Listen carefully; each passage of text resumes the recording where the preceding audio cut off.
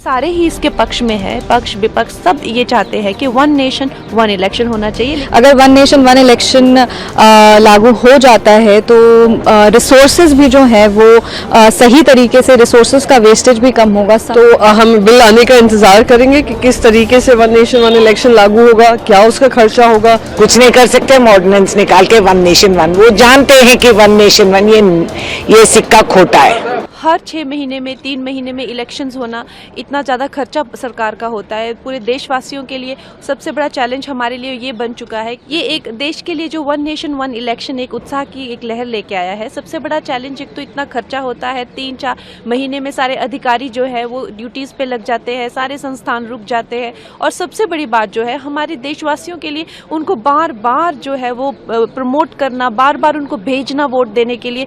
हर साल जो है वोट देने वालों की जो है परसेंटेज कभी कभी किसी राज्य में आपने देखा कितना डिप कर रही है।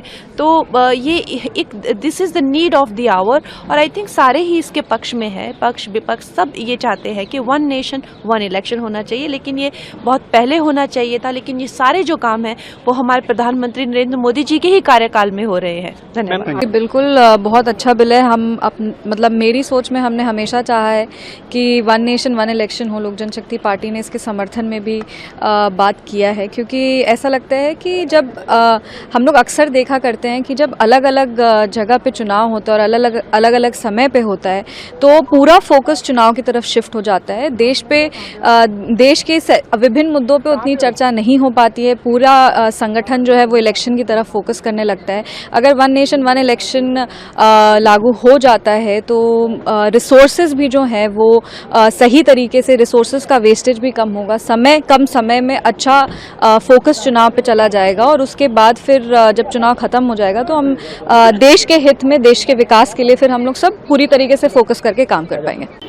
तो हम बिल आने का इंतजार करेंगे कि किस तरीके से वन नेशन वन इलेक्शन लागू होगा, क्या उसका खर्चा होगा, कितने ईवीएम्स और लगाने पड़ेंगे, कैसे सिक्योरिटी व्यवस्था होगी, किस तरीके से वीवीपैट मशीन जो कम है उसको लाने का काम होगा।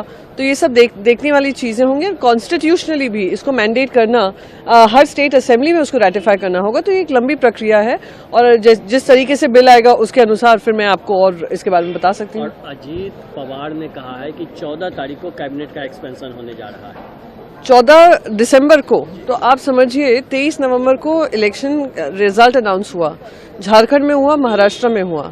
झारखंड के मुख्यमंत्री भी बन गए, कैबिनेट भी बन चुका। यहाँ पर 15 दिन तो लगे चीफ मिनिस्टर पे सबको सहमति बनाने में, और अब वहाँ पे कोई कैबिनेट डिसीजंस नहीं हुए हैं। परभनी में किस तरीके की आग लगी हुई है सब देख रहे हैं। लॉ एंड ऑर्डर व्यवस्था चरमराई हुई है। पर हाँ, यहाँ पर इनकी पहले राजनीति हो जाए, दिल्ली से रिमोट कंट्रोल चलेगा, फिर ही महाराष्ट्र आगे बढ़ेगा। वरना महाराष्ट्र वाले लोग इंतजार कर सकते हैं कि वोट हमने दिया था वादे पूरे करने के लिए, हम पहले यहाँ पे अपनी हाजिरी दे दें, तब जाकर महाराष्ट्र को कोई ध्यान दिया जाएगा। तो सदन क्यों नहीं चला रहे? सवाल ये है। जानबूझ के, आज हैरानी की बात, हम लोग चुप बैठे रहे और रूलिंग पार्टी के लोग चिल्ला रहे, जो आ रहे वेल के पास आ रहे हैं। ये तो ताजुब की बात है कि आज के दिन ऐसा चल रहा है सदन। जानबूझ के ये षड्यंत्र है।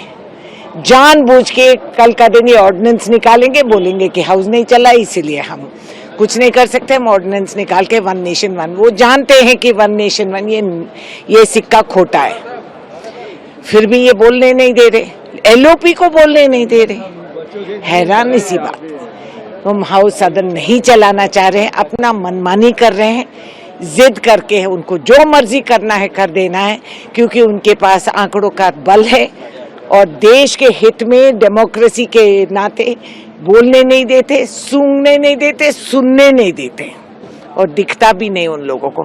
महात्मा गांधी का 3 बंदर का कुछ अलग ही निशान निकल गया आज के दिन।